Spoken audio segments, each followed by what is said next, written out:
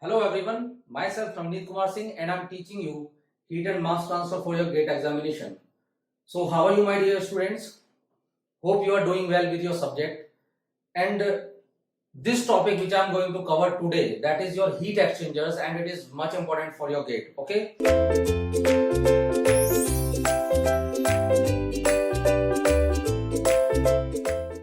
Now if you are preparing for GATE, just go for the proper planning. First of all, do the proper planning, then just start executing it. Okay, because you need a more amount of hard work to crack GATE. So what I'm doing is I'm giving you all the concepts and all the chapters we are covering up with good numericals. Just you have to stick with the notes, and also you must make your short notes. You must, although I will be providing at the last of that particular session, so you must be prepared with your self notes, because it will help you to revise all the concepts in the end. When you are going to attempt that paper before 1 or 2 days, you can revise all the subject quickly in 2 or 3 hours. Okay, and preparing notes will only take 2 to 3 days for a particular subject. If you have completed a subject, just go for the short notes for that. Okay, and if you will make short notes, it will be helpful in the last. Okay, and you can achieve a good rank at that time. So in this chapter, if we will ask about the heat exchangers are much important for your GATE, and they are asking like simple questions on the formula basis also. They are asking the simple concepts only. So my dear students, just focus on each and every concept, because each and everything is important. Each and every single chapter and topic is important. And you have to cover all the numericals, you have to cover all the syllabus, because each subject is important. Then you can achieve your good rank, my dear students. So if you will talk about your preparation, so lot of hard work is required in your preparation. For if you are preparing, especially you are preparing for GATE, because you have to increase your accuracy, and which can be increased by solving number of questions. Okay, and if you are having any doubt, you will be asking in the doubt classes I will be taking. So my dear students, let us see what is your heat exchanger. And this single topic can bring you 2 to 4 marks in GATE only. Okay, and that is simple one. So as you know that SAT variation is there in the GATE, so they can ask different questions from different shade, they are providing different questions in different sets. Okay, so you can be like lucky to have like simple questions or like somebody. So if you are preparing that, prepare for the whole subject, you cannot skip any topic. Okay, now my dear students, let us focus on the topic which is your heat exchangers. So my dear students, heat exchangers, or we can say heat exchanger. So what is heat exchanger?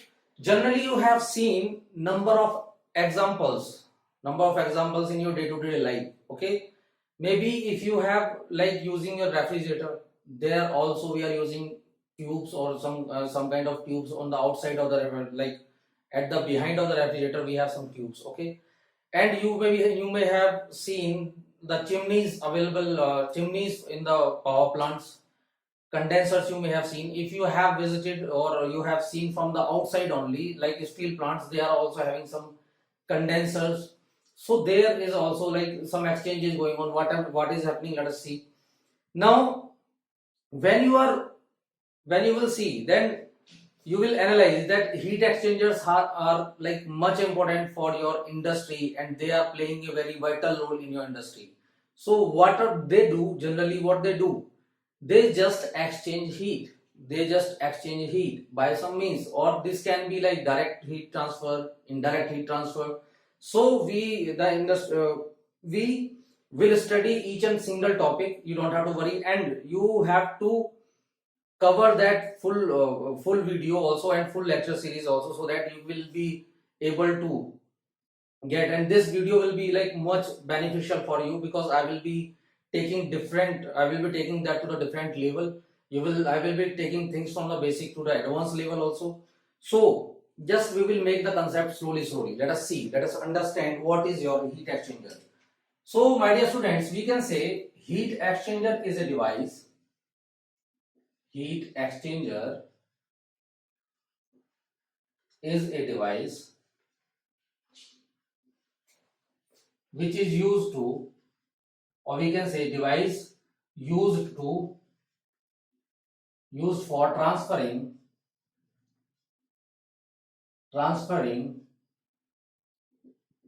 heat from one fluid to other fluid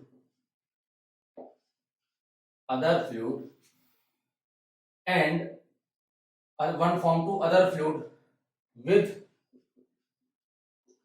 maximum transfer of heat. Maximum transfer of heat, my dear students. And we can say that this is also that the cost must be minimum. Okay, this must be economical and all, but that is the proper definition. That is a device which is used to transfer heat from one fluid to other fluid. And how we can transfer heat? We can transfer heat by anything, like you have seen your like something, if you are having hot water, okay, then you are mixing a cold water in that. So what is happening when during bath you are taking water and it is like having high temperature, what you are doing, you are just mixing little bit of cold water, and then you will see that there is some like minimum temperature for bathing which will be comfortable, my dear students. So what is happening in that case? One fluid is giving heat to the other fluid. Similarly, in heat exchangers, there is what? There is a transfer of heat from one fluid to the other fluid, in which that hot fluid is transferring heat to the cold fluid. If let us say you are mixing directly, let us say you are having a container and you are having some hot fluid in this, and you are adding up, what you are doing, you are adding up cold fluid. So what will happen? The temperature of the hot fluid will decrease, my dear students, and it will be comfortable for you. Now, so we are mixing. So what will happen? When we are mixing this, the temperature of both the fluids will change. So what we can analyze here? Not the temperature of both fluids changes, okay. And if we are not doing that direct mixing, that is called your direct mixing, you are directly mixing the fluids, my dear student, directly mixing the fluids. And if you are doing like the indirect mixing means let us say there is a container and you are putting that in the bigger container. There is a container, you are putting that in a bigger container. So what will happen? Let us say hot fluid is there, or we can say the cold fluid is there in the outside container. Generally you have done this at your home. So let us say this is your cold fluid, my dear students, this is your cold fluid, okay, cold fluid, and this is your hot fluid in this, let us say you are having coffee in your glass or milk in your glass and you are dipping it to another container. So let us say this is your hot milk and you want to drink it, okay, but it is having some high temperature. So what you will do, you will just cool down it. Why? How? You will cool it by transferring its heat to the cold fluid, my dear students, to the cold fluid.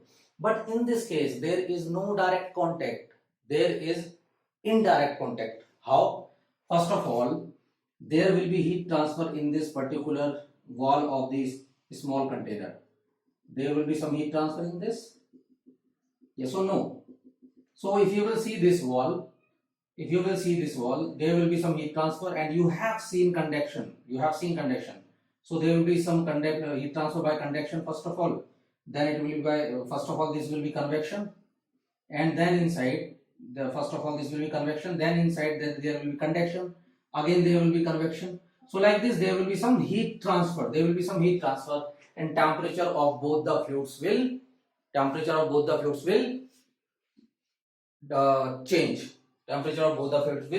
change. Okay. And when you can see this, if you will analyze that wall, you can observe that the temperature is higher here and temperature is lower here. So temperature is lower here and outside. So T is higher there, T is lower there. So there will be some temperature gradient in this wall. There will be some temperature gradient in this wall. So temperature will also change. That is your point 2. You can analyze here. That is your point 2. The temperature will also change. The temperature will also change along the, so the temperature will change along the wall also. So you have seen like this.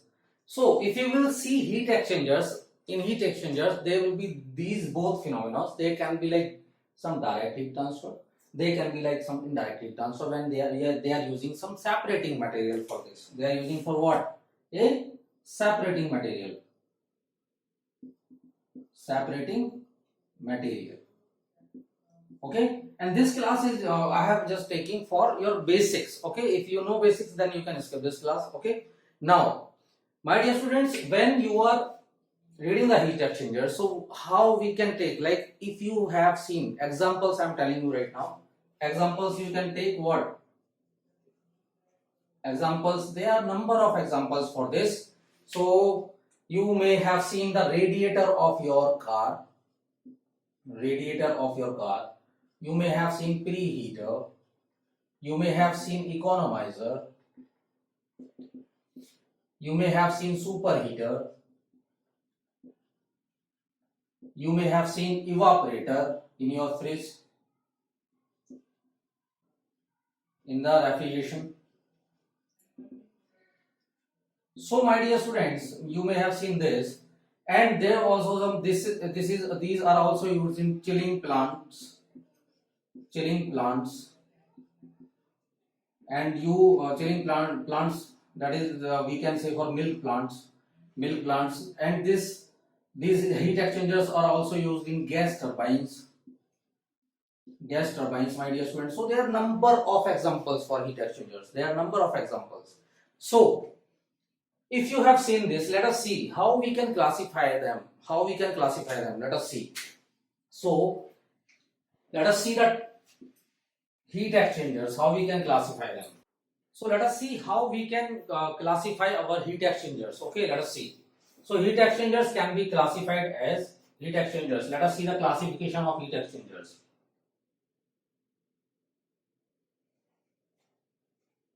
Let us see the classification of heat exchangers, my dear students.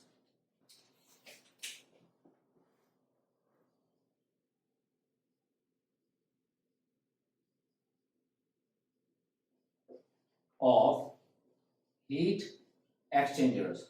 So heat exchangers can be classified on the nature of mixing, nature of contact, nature of compactness. So there are so many forms we can see. Okay, let us see how we can classify them. So let us see, first of all, we will classify heat exchangers on the basis of what?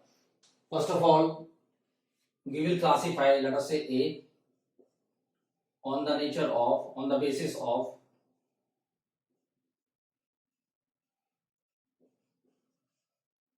heat exchange, on the basis of heat exchange.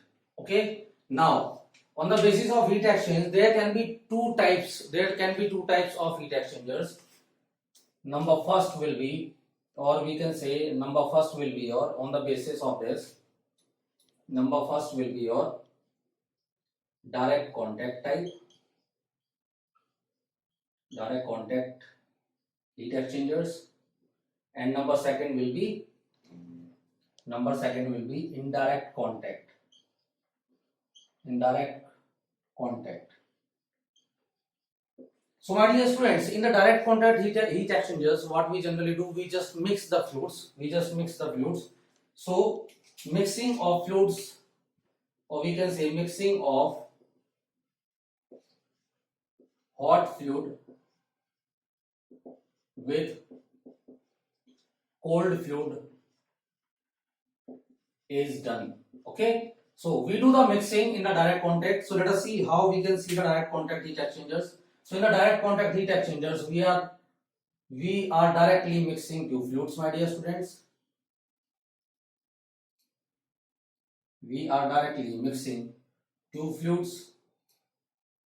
Let us see how.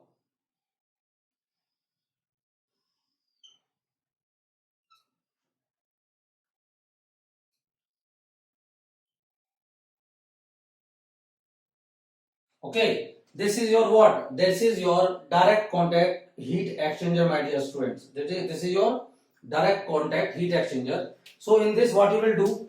There will be some hot fluid from this side. There will be some hot fluid which is coming from this side. Let us take it. Hot steam is coming. Hot steam is coming, and there is some inlet here. There is some what? There is some cold fluid in this. There is some cold fluid entering in this direction. Okay, there is some cold fluid entering in this direction, and when we are doing the proper mixing in this, what is happening there? What will happen there? There will be heat transfer from hot steam to cold fluid, cold water. If you will take water, cold fluid or cold water we can take. So what is happening? If you will see principle, what is happening there? So there, hot steam or hot fluid is giving up or giving its latent heat to cold fluid, and it is condensed. So what will happen? This will mix with this, water will take its latent heat and it will be out from here. So there will be hot water from here, out, my dear students. So cold fluid is in this, and hot water is out, and there will be some non-condensing gases. They will be out from here. Non-condensing gases, my dear students. Non-condensing gases will be out from this. So maybe this is clear. They are mixing up with each other, and what is happening? The hot fluid is giving its heat or its latent heat to the cold fluid, and they are mixing with each other. Okay. Now, if you will talk about the indirect contact heat exchanger, so in indirect contact heat exchanger, what is happening? So there is no transfer of heat, or we can say there is indirect transfer of heat from hot fluid to cold fluid by some separating medium, my dear students, and that medium can be a wall. So my dear students, in this case, what will happen? There will be only indirect contact. Like how? If there are if you can see, the examples for this can be your regenerators of gas turbine. Second, your recuperators.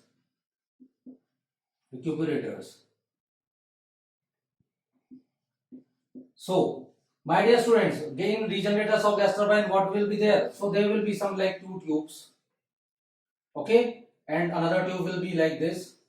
So there will be indirect contact, and the fluid will exchange heat.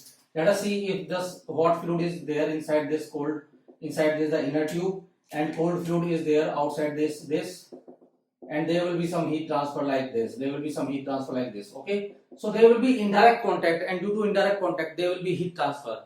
But why we are using the direct and indirect? Because in direct, when we have the free availability of cold fluid, like in thermal power plants, in condensers, that is jet condensers or condensers, when you are having free availability of cold fluid, okay, then what is, you can continuously mix and you can send it out.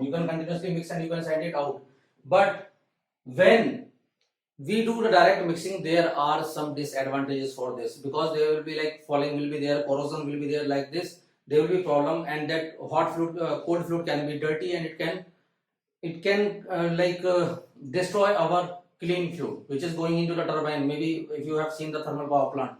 Now similarly, if you are saying the gas turbine, they are separate, so quality of that cold fluid will not affect the quality of the hot fluid, and there will be only heat exchange in between them, my dear students. So if you will see the cooling towers, if you will see the cooling towers, so examples for this will be your jet, water, feed heaters and cooling towers and condensers, my dear students, condensers. Okay, so cooling towers and some jet condensers will be there. So this will be your direct contact and indirect contact classification for the heat exchanger. Now let us move on to the second. What happens there? So let us first of all see what is regenerators. So what happens in regenerators? Let us see. We will just see regenerator and then we will see recuperators. So because regenerators are much important for your gate point of view. Regenerators are important for your gate point of view. So first of all, let us see your regenerators.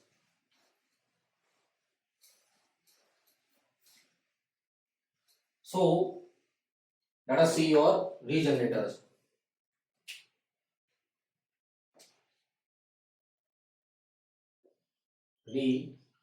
Regenerators. So my dear students, in regenerators, what we can have, like there is a transfer of heat from hot fluid to the cold fluid. This will happen entirely in the heat exchanger. But what is happening here? So when you are passing that your regenerator is having some kind of matrix, solid matrix, my dear students.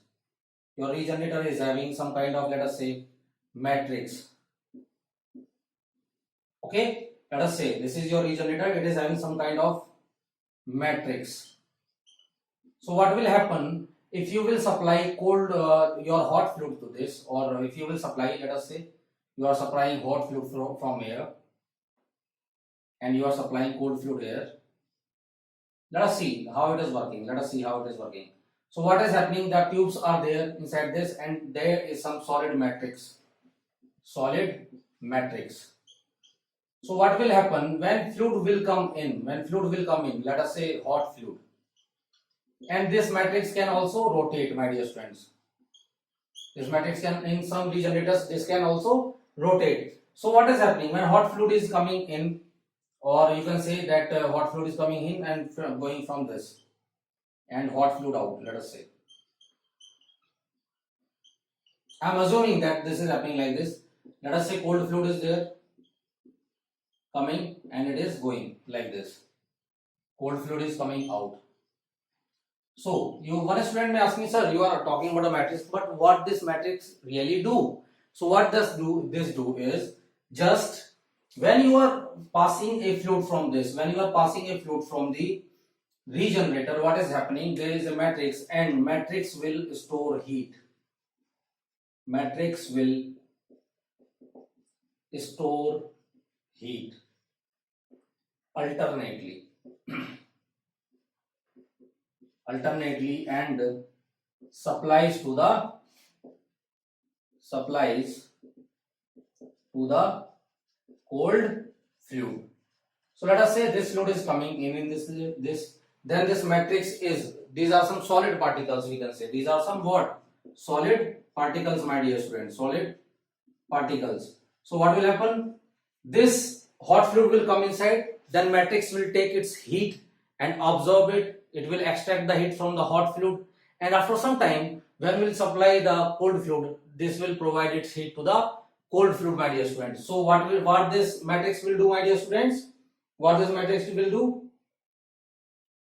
So this matrix,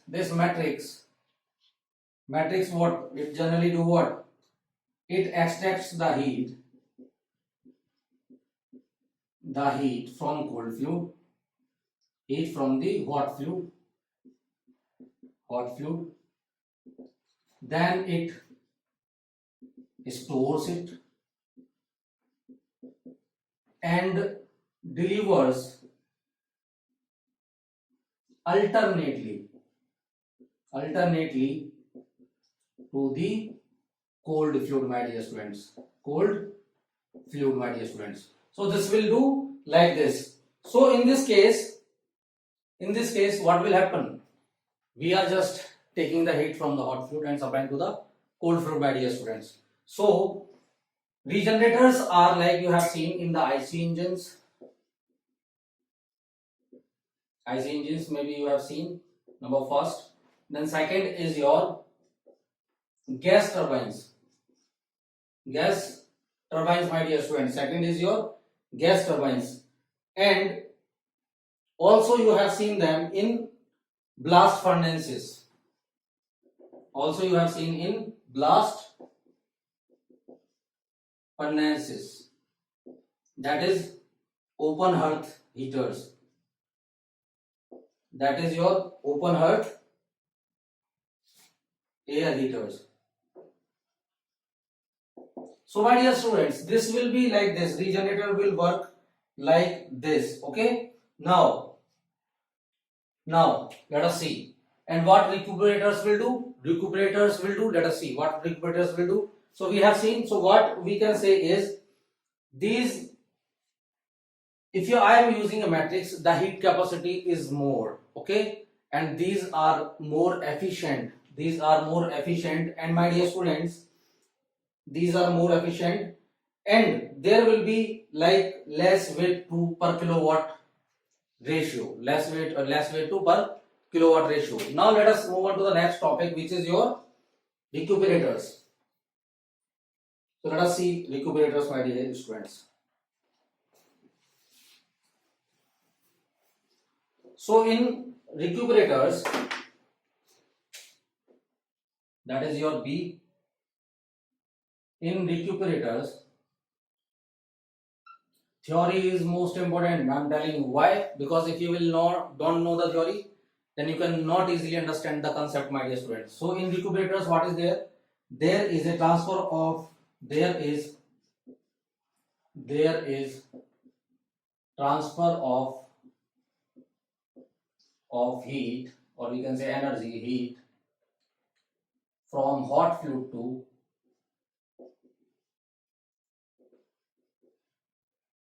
cold fluid with some separating material.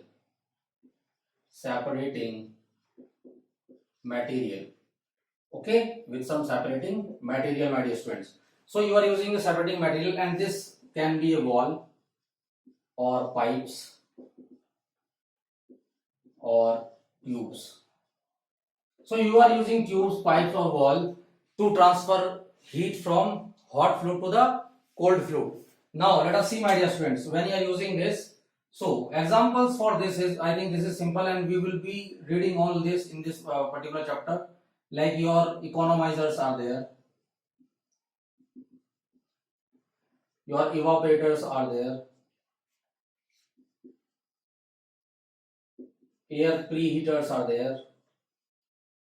So there are a lot of examples for these recuperators, my dear students. So maybe you have understood this. So in this case, so this is generally used, most of the time this is used because this is having higher capacity to transfer heat, my dear students. Okay. Now let us see. If I will see the flow of the fluid, that in which flow or in which direction the fluid is flowing, then I can also classify them on the basis of direction of flow. Let us see, on the basis of direction of flow, my dear students. Let us see.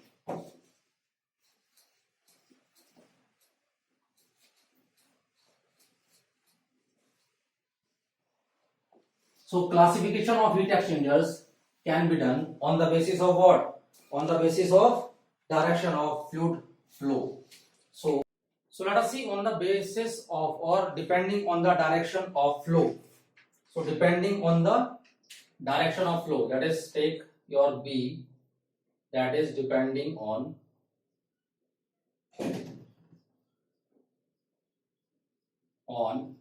direction of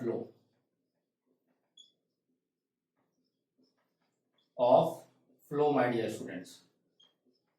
So direction of flow. So direction of the flow will decide that what kind of heat exchanger this is. So number one will be your, so in this number one will be your parallel flow, parallel flow, or co-current, or we can also say unidirectional flow heat exchanger. Heat exchanger, my dear students. And second will be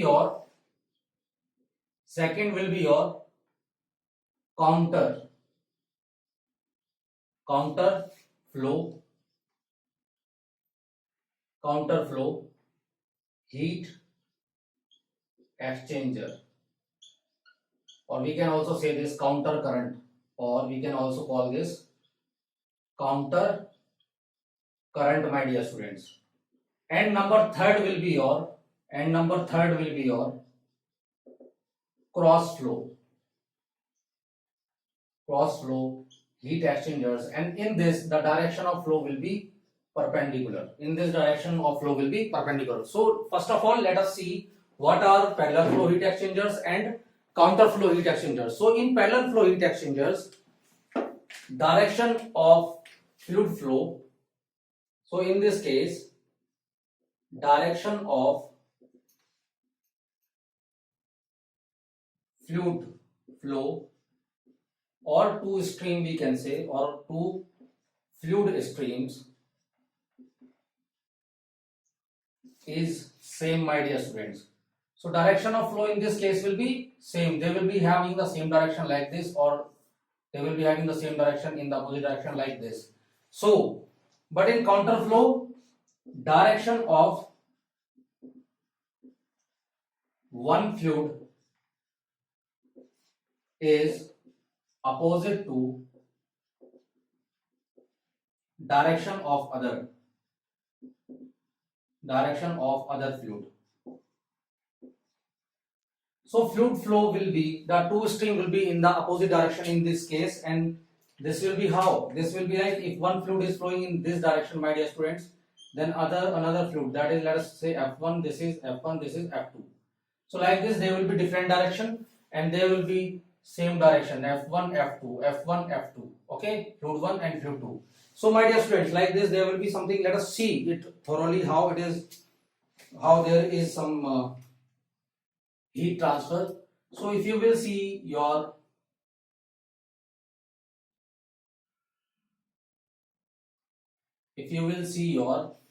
parallel flow heat exchanger, there will be a tube inside like this. Okay, now so one fluid will enter through this.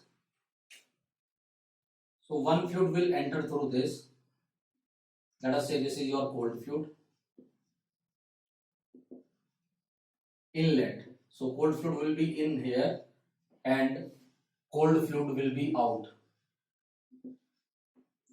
here in this side. Okay, so cold fluid is flowing inside this.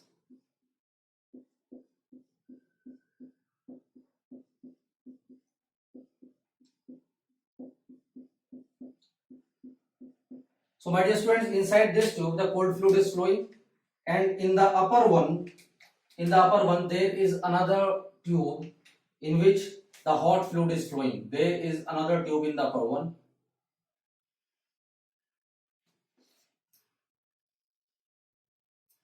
In which there is hot fluid is flowing, my dear students. Let us see. So hot fluid will be in here. Hot fluid is in and hot fluid out. Hot fluid out there. So hot fluid will be flowing like this.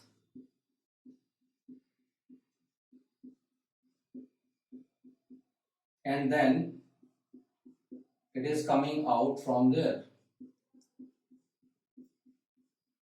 So this is your parallel flow heat exchanger, my dear students. So hot fluid is coming here in this direction. The hot fluid is flowing like this. So the direction of both the fluids is same. The hot fluid is flowing in this direction.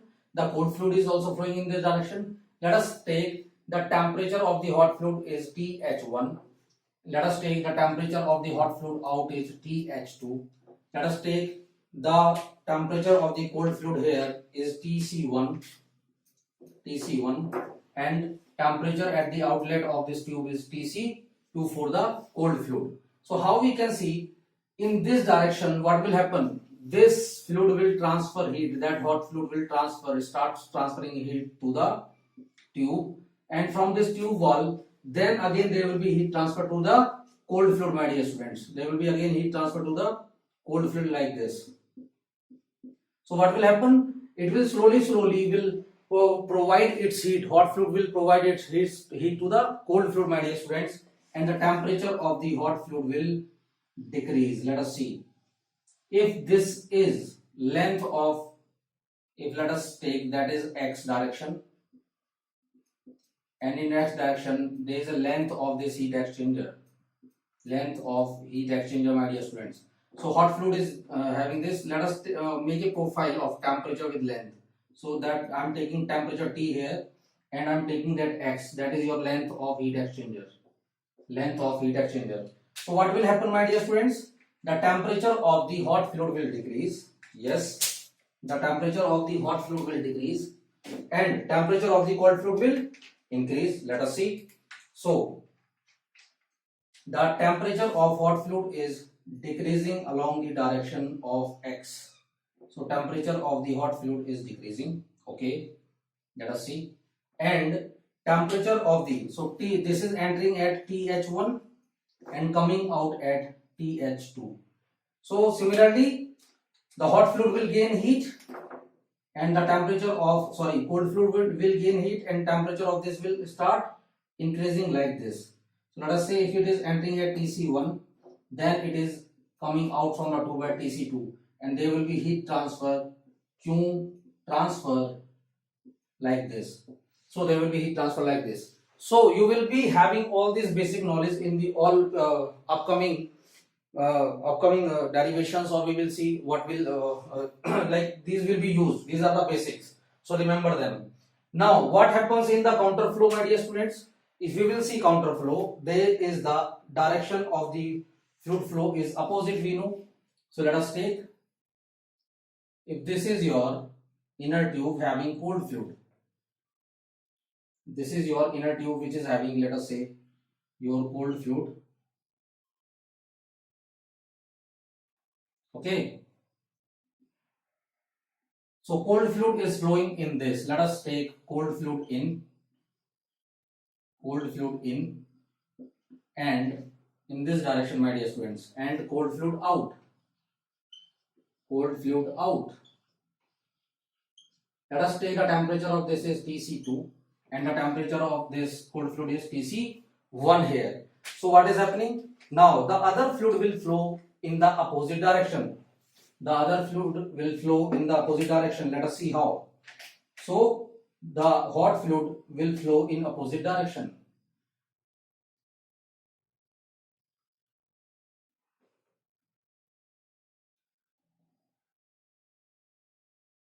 So this will be your direction of hot fluid.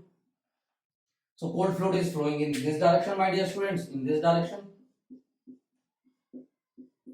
and hot fluid is flowing in the opposite direction in this case, and this is your counter flow heat exchanger. This is your counter flow. So hot fluid is flowing in the opposite direction in this, like this. The hot fluid in this case, let us take it TH1, my dear students, and hot fluid is out.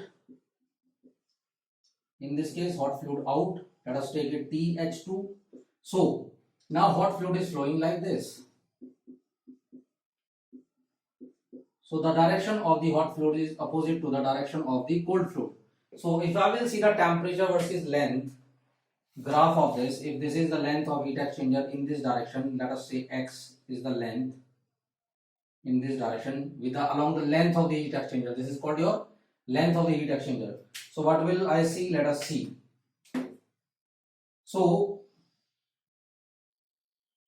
in this case, if you are taking x in this direction and temperature T is in this direction, so the temperature of the cold fluid will increase. Why? Because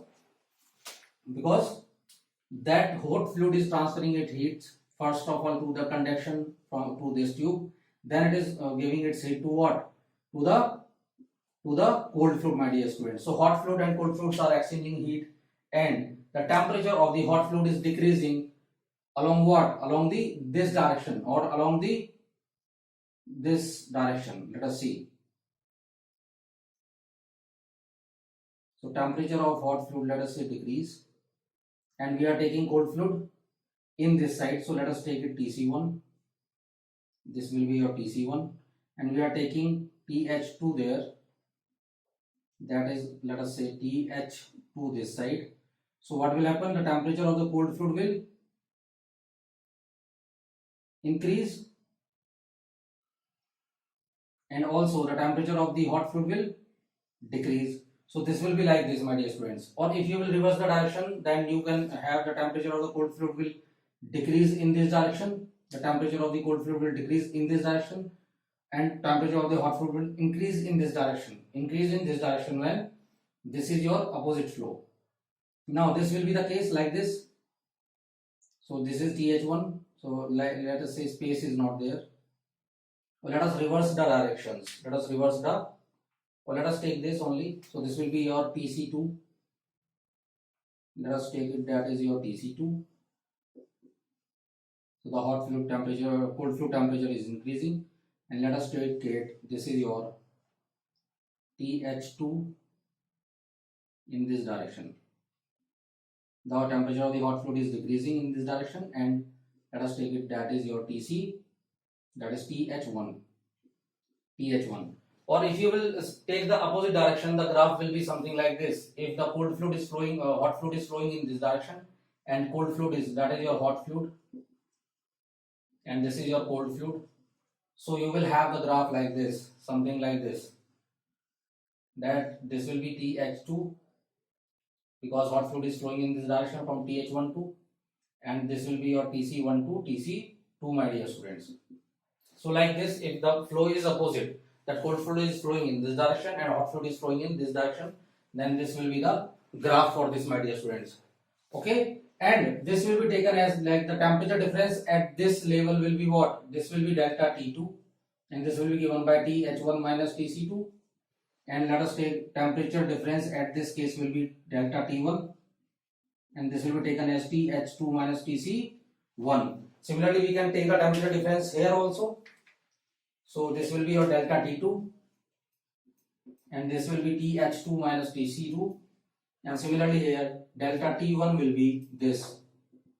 Delta T1 will be this. Okay, and this will be equal to TH1 minus TC1. So like that, there will be heat transfer in the parallel and counter flow heat exchanger. So in this case, what is happening, that hot fluid is giving its heat to the cold fluid, my dear students.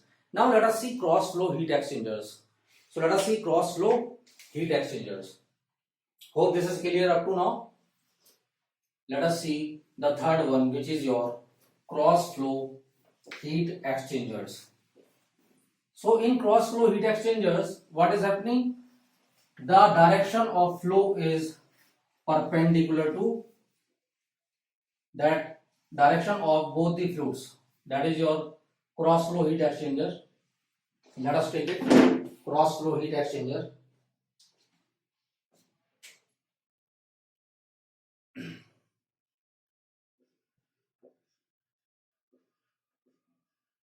Heat exchangers. So in cross flow heat exchangers, my dear students, that is your third case. What will happen? The direction of fluid flow, direction of fluid flow is perpendicular. Is perpendicular. How? Let us see. So if you are having a counter flow, that is cross flow heat exchanger, then what will happen? Let us see, my dear students. There will be some concentric tubes. Let us take, these are the tubes.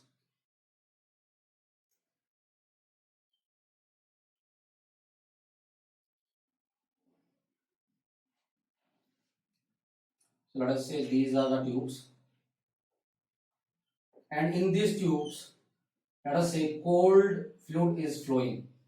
in these tubes what is happening? In these tubes cold fluid is flowing, my dear students. Okay, or you can also change, because it will be beneficial. Let us say if there is entry of hot fluid, let us say if there is entry of hot fluid from this side, let us take hot fluid in, like this you will understand better. Hot fluid in, okay, and there will be hot fluid out, hot fluid out. So this will be TH2, my dear students. This will be your TH1. So what will happen? I will just pass what? A mixed stream over this. I will pass a mixed stream of cold fluid. So there will be some stream flowing like this.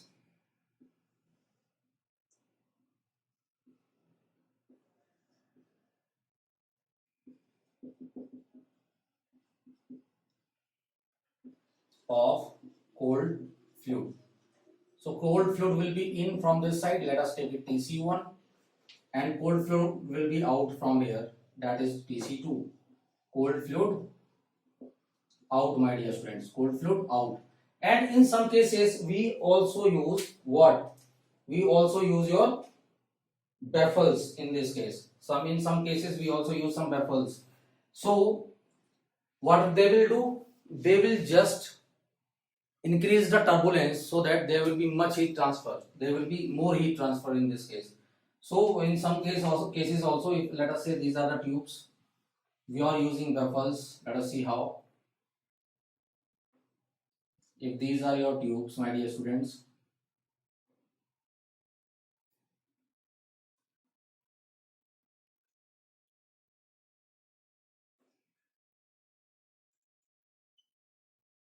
and what I am doing, I am using baffles like this, my dear students. Okay, these are your baffles,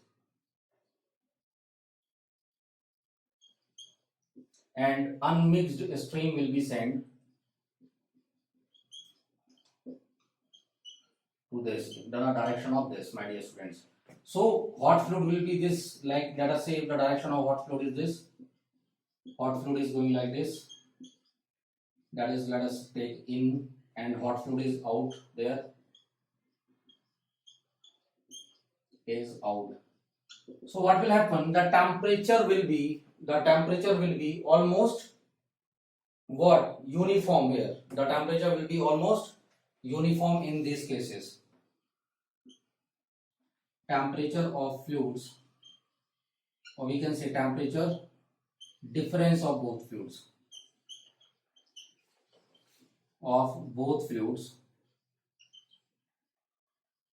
will be uniform. And we can what we can feel is like temperature will be uniform, and the second, where these will be used where there is a uniform, when you have a very small area, okay, because these are compact and this can easily transfer maximum amount of heat. So this can be used in what? Your refrigeration systems, my dear students, or units. And second, your radiators, okay. And also if you will talk about the parallel flow, so parallel flow examples are your oil heaters, water heaters,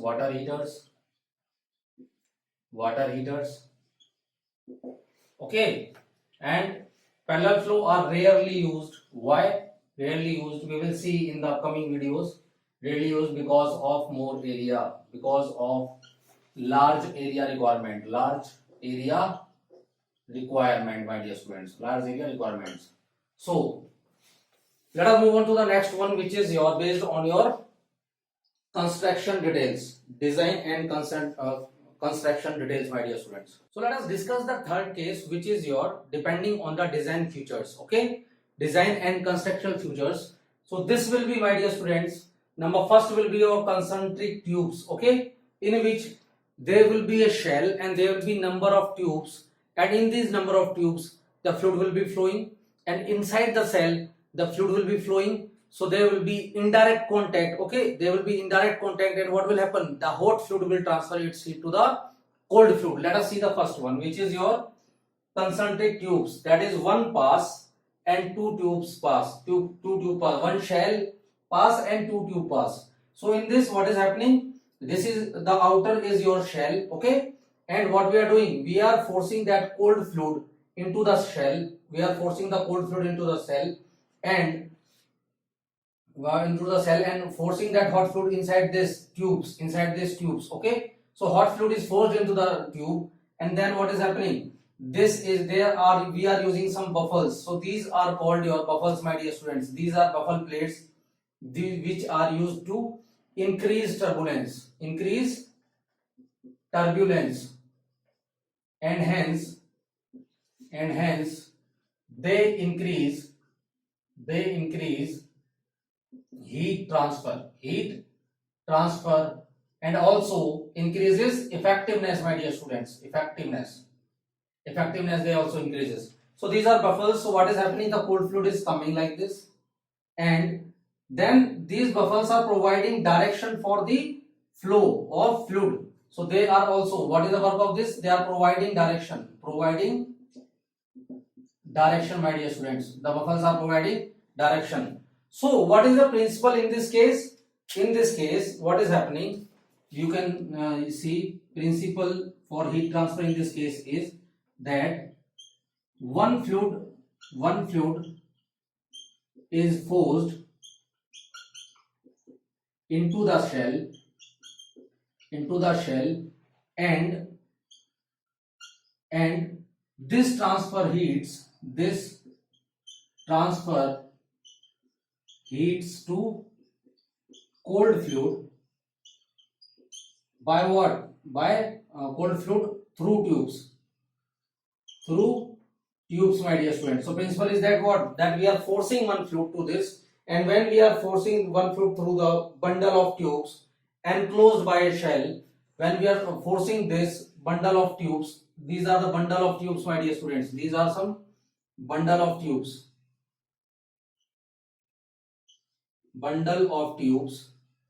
Then there is a heat transfer. So this is your one shell pass and two tube pass, my dear students. So what is happening in tubes? This is flowing like this, okay? In tubes, this flowing is like this, then again this is flowing like this, and what is happening? Heat transfer is occurring. How? That is, hot fluid is in this direction, so this will transfer its heat to the cold fluid. Similarly, the hot fluid is coming, it will also transfer its heat to here, this will transfer to heat here. So like this, there is a heat transfer in the one shell and two tube pass heat exchanger, my dear students. So let us see the second one, which is your two shell pass and four tube pass heat exchanger.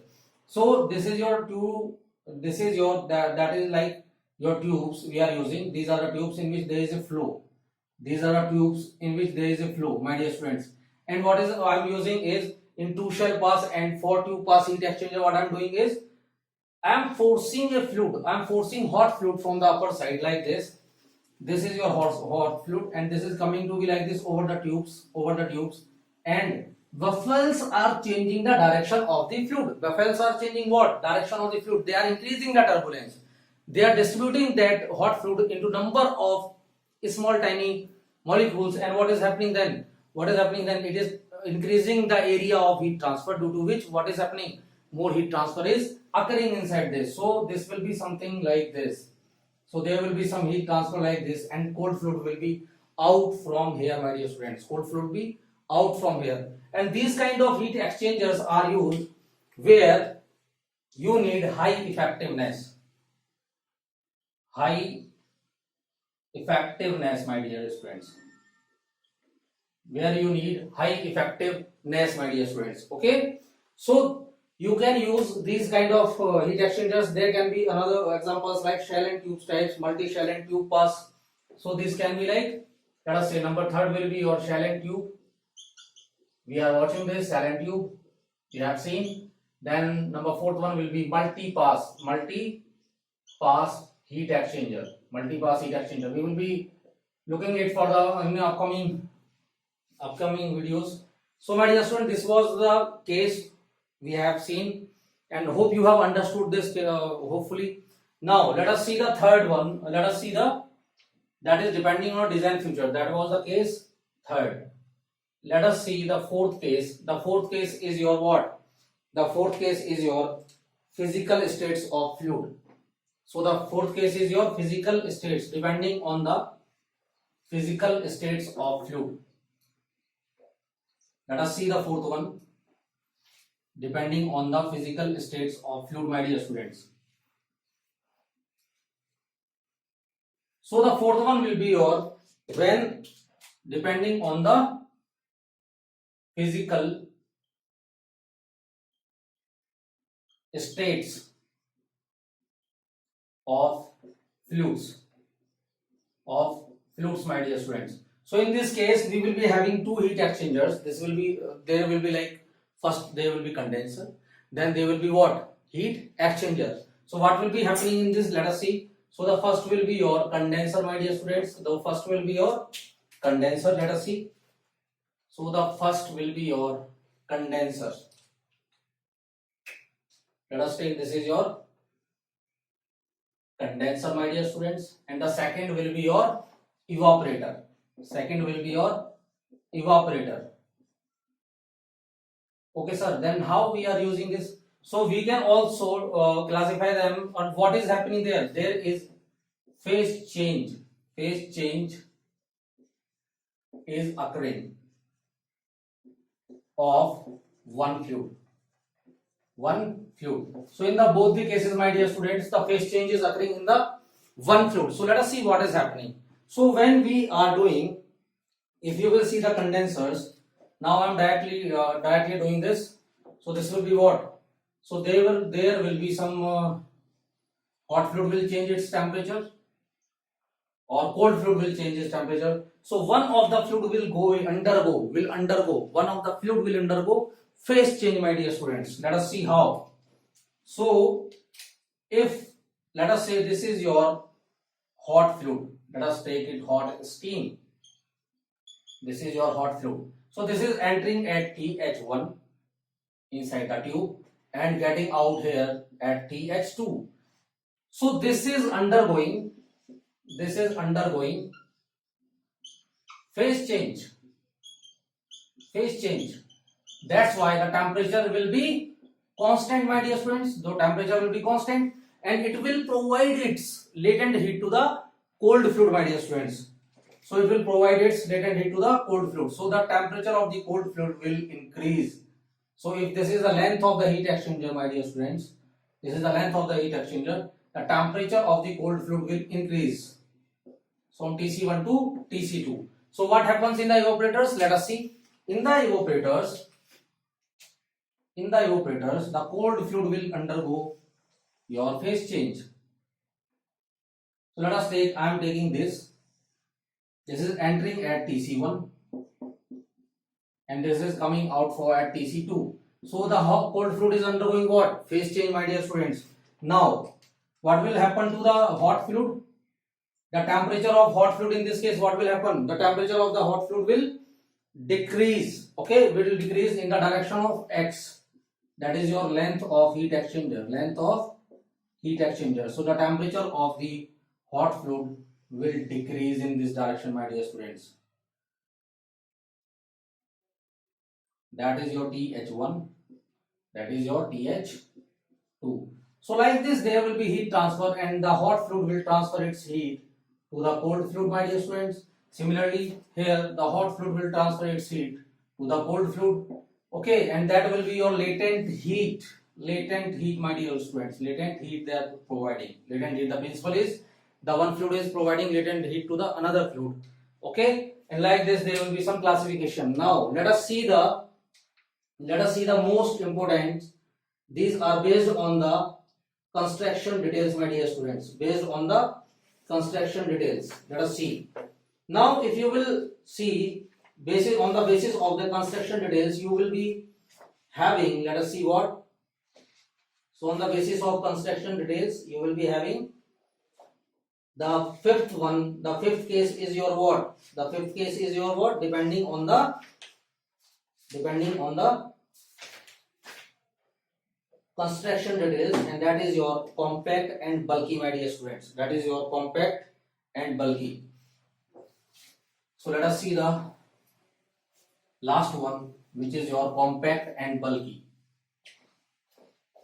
So depending on constructional details,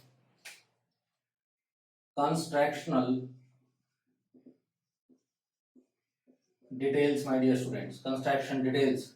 So when we are classifying on the basis of construction details, what will be there? So we can classify like compact, and number second will be your compact heat exchangers and bulky heat exchangers.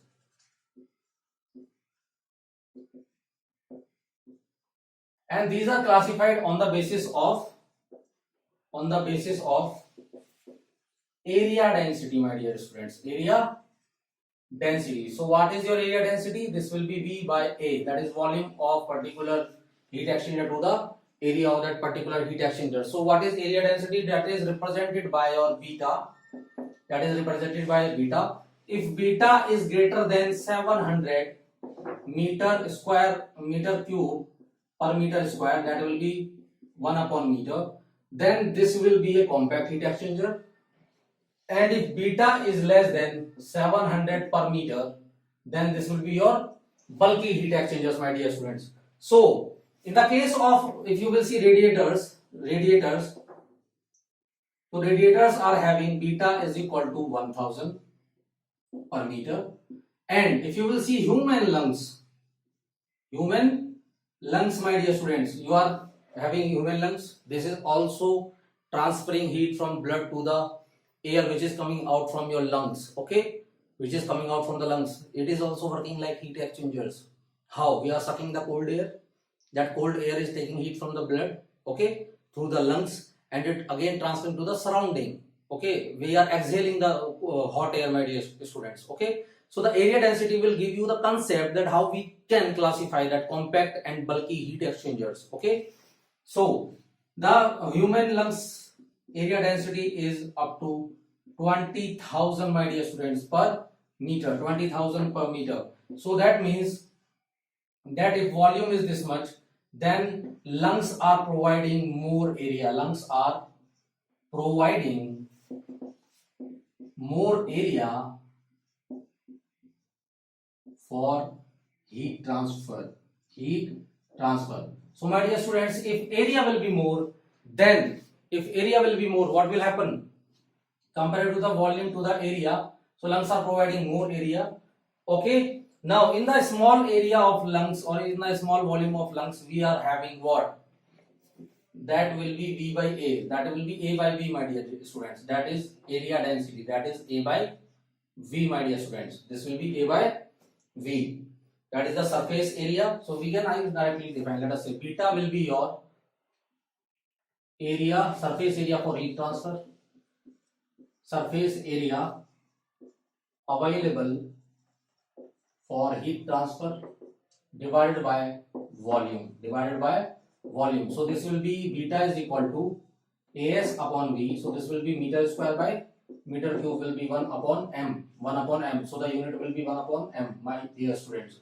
So beta, that is your area. We can say this area density. So the area density for the lungs is more, because that small volume of lungs providing more area for heat transfer. So like this you can classify your compact and bulky heat exchangers, my dear students. So let us see how I can design the heat exchanger. Let us come to the main topic.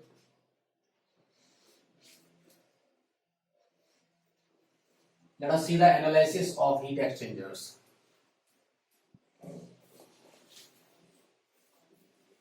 Let us see the analysis of heat exchangers, my dear students.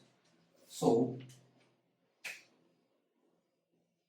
analysis of heat exchangers. So what is happening in heat exchangers? We have seen that one fluid is providing its heat to the second fluid. Simple. Now let us see if we are having a hot fluid, in this tube.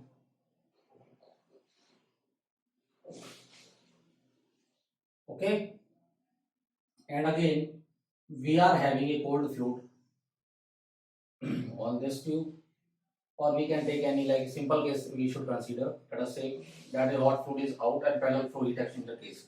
So the cold fluid is flowing inside this. Okay, and the hot fluid is flowing inside the outer. Let us say this will be like this. This will be something like this, my dear students. So the hot fluid is flowing outside. Hot fluid is flowing outside like this. Okay, and the cold fluid is flowing inside the tube. Cold fluid is flowing, that is cold fluid, and that is your hot fluid. Okay, now the hot fluid is entering here, so I will take this TC1. The hot fluid is entering here, I will take TH1. The cold fluid is entering here, I will take TC1. Hot fluid out, I will take TH2. Cold fluid out, I will take TC2. So this is the temperature. So what is the TC1? TC1 is the end. Let us say m dot C is the mass of cold fluid, and m dot H is the mass flow rate, that is generally mass flow rate of hot fluid. And what is TH1 is what? Temperature of hot fluid at inlet. And what is TH2? TH2 is the temperature of cold fluid. TH2 temperature of hot fluid, my dear students. Hot fluid at outlet. Similarly, what is TC1? TC1 is your temperature of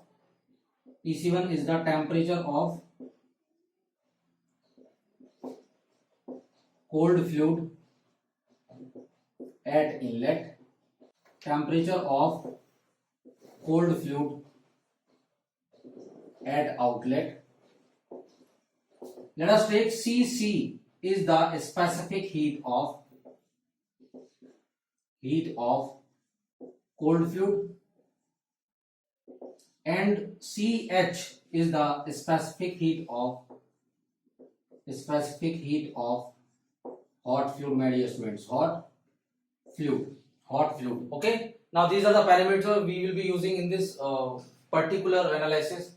Let us see. Now this is your heat exchanger. This is flowing, and TC1, TH1, TC2, TH2 we have seen, and hot fluid is flowing in this direction. Okay, now what will happen, that hot fluid will gives its entire heat. What we are assuming, that hot fluid will gives its entire heat to the cold fluid. So the hot fluid will give its entire heat to the cold fluid. So what is the principle here? So the principle here will be, so the principle of heat transfer will be, let us see the principle. The main concept is heat lost by hot fluid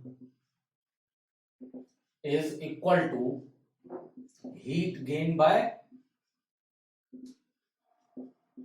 cold fluid. Okay, heat lost by one fluid. That is, what is the heat lost by hot fluid, my dear students? This will be m dot H CH into change in temperature of the what? That will be TH1 minus TH2. The temperature is decreasing, so this will be positive here, is equal to heat gained by the what? Heat gained by the cold fluid. So this will be m dot C Cc into TC1 minus TC2. So temperature is increasing for this. This is TC1 minus TC2. This will be negative. To balance this, I will use the negative here. Okay. So this will be the principle in this case. So heat lost by one fluid will be equal to heat gained by the other fluid. And this I am taking when I am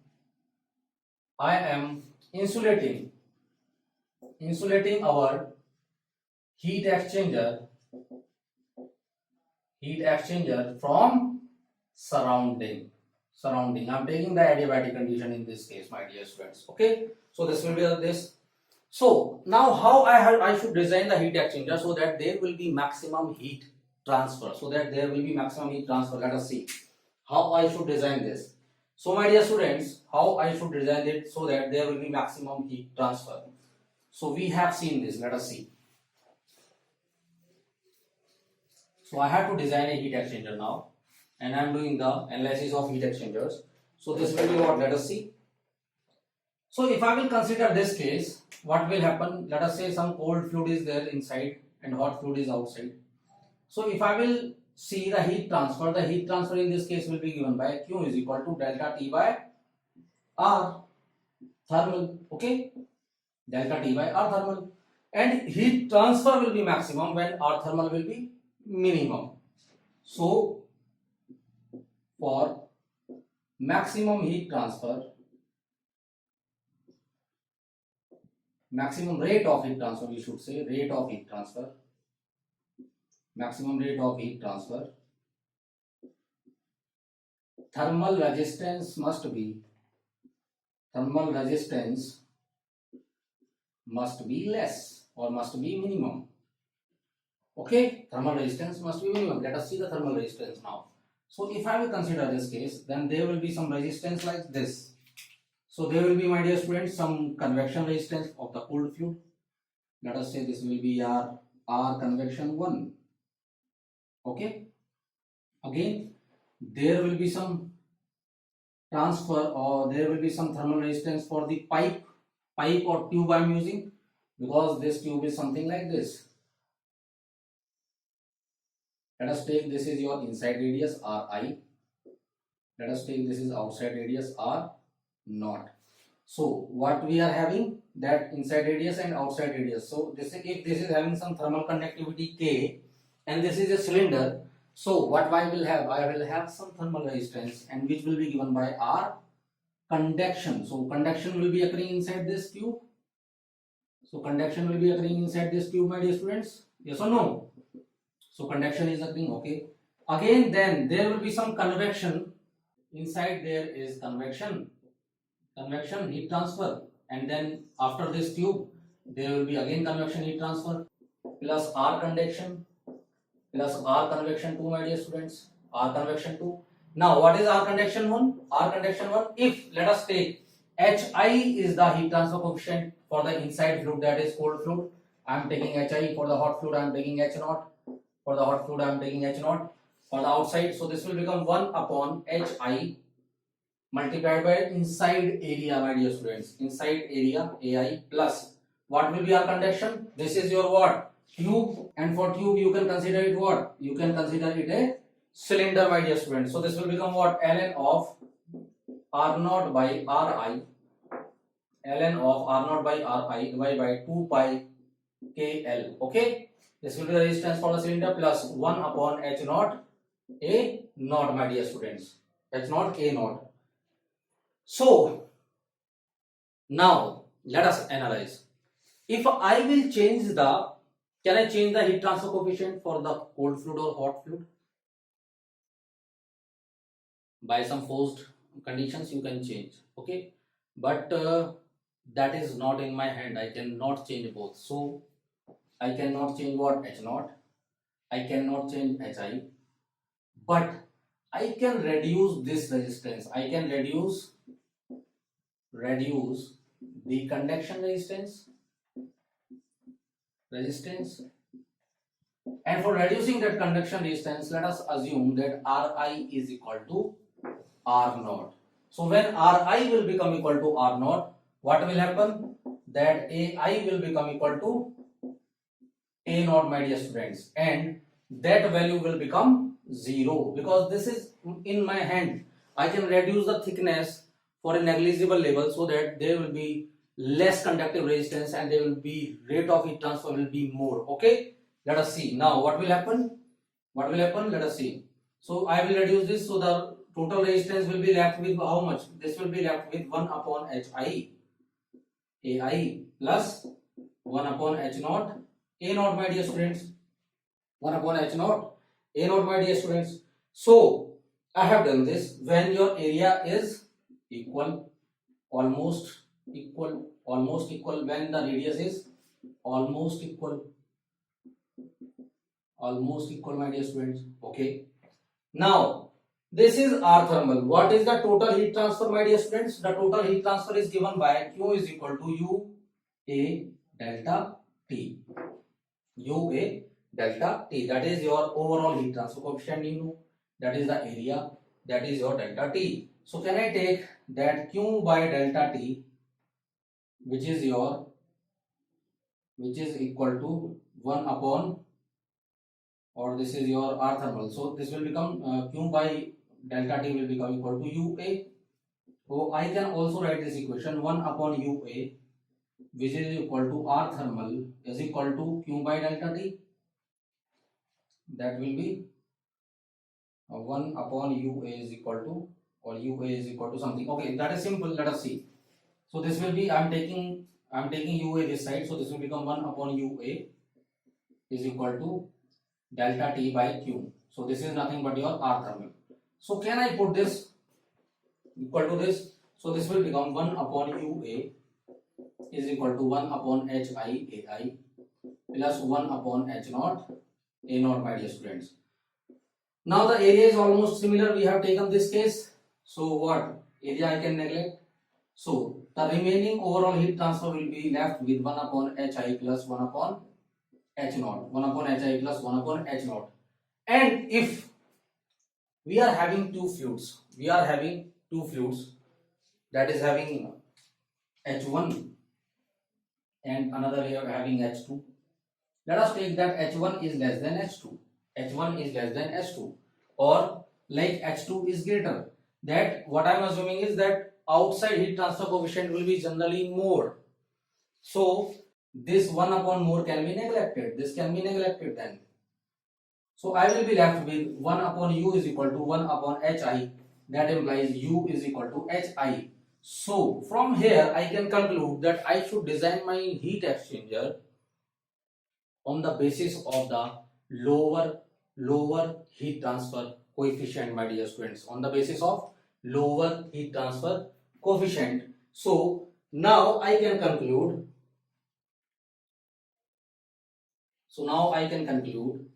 for better heat transfer. So now I can conclude for better heat transfer, that can be or not,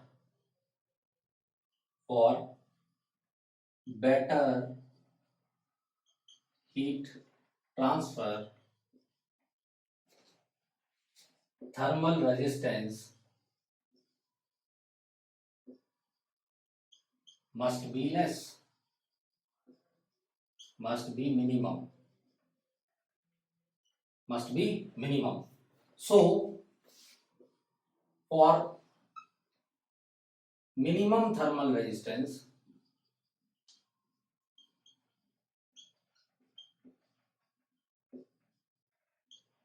conductive resistance must be neglected. Conductive resistance can be neglected by what? By taking R1, that is Ri and R naught, almost similar,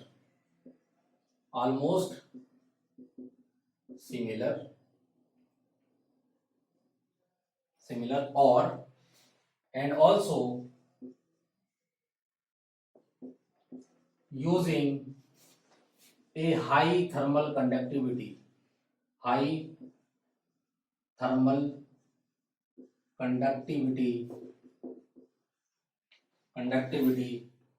material. Okay, my dear students, a high thermal conductivity material we must use. So if a pipe will have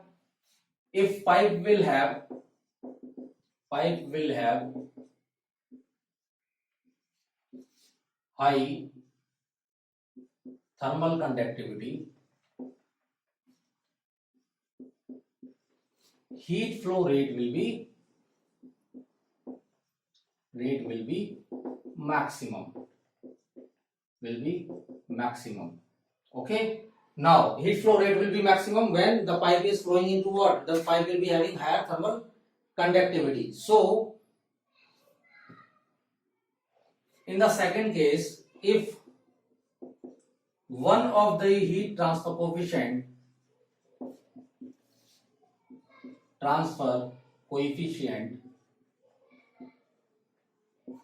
is large, that means R will be minimum, that is 1 upon H naught will be what? 1 upon H naught will be minimum, that will be R will be minimum. So it can be neglected. It can be neglected, my dear students. It can be neglected.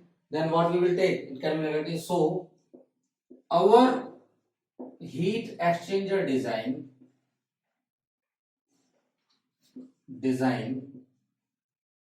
will be based on lower heat transfer coefficient, my dear students. Lower heat transfer coefficient. So if one fluid is having lower heat transfer coefficient, we will design our heat exchanger on the basis of this, and this will be based on the lower heat transfer coefficient or your smaller heat transfer coefficient, my dear students. So we will design. You have also seen this in the fins, that you are designing fins for your lower heat transfer coefficient, my dear students. Okay. Now let us see the second one, which is your what? Fouling factor. So you will design why? Because here the overall heat transfer will be equal to now HI. You will consider this. So the heat transfer will be equal to nothing but HI, A surface area into delta T, my dear students. So on the basis of this, we will design our heat exchangers. Hope your concept is clear now. Let us see what is your fouling factor.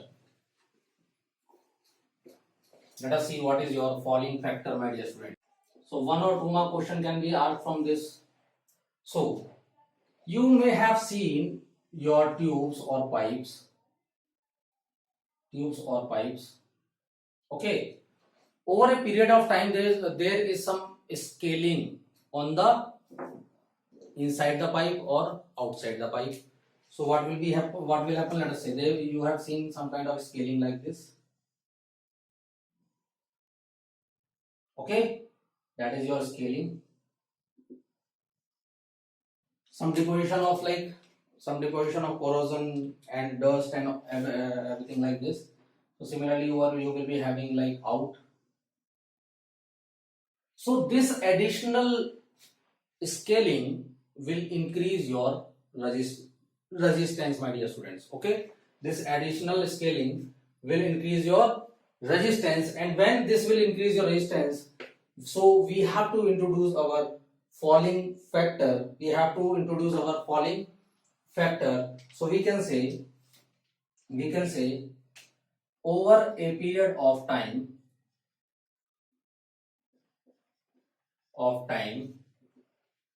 there is scaling inside and outside of tube or tubes, due to which it offers high thermal resistance,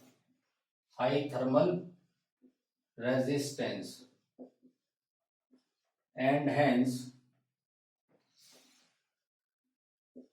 heat flow decreases, and hence heat flow.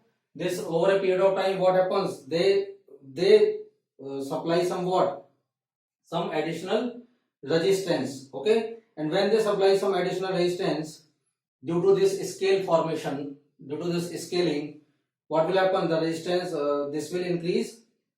This will decrease your heat flow. My dear students.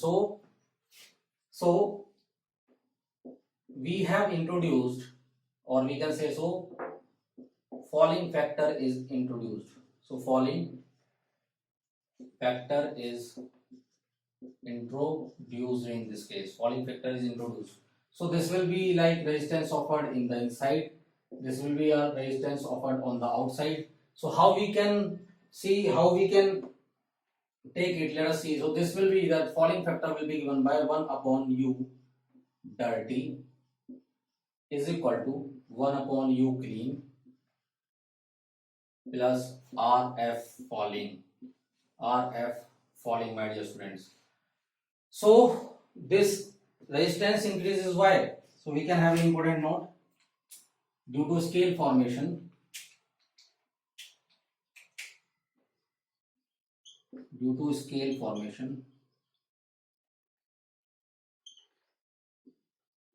on pipe material,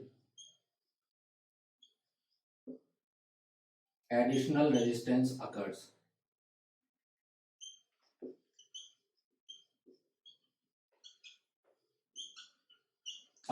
And that's why we have introduced our falling factor. That's why we have introduced our what? Falling factor, my dear students. So let us move on to the next topic.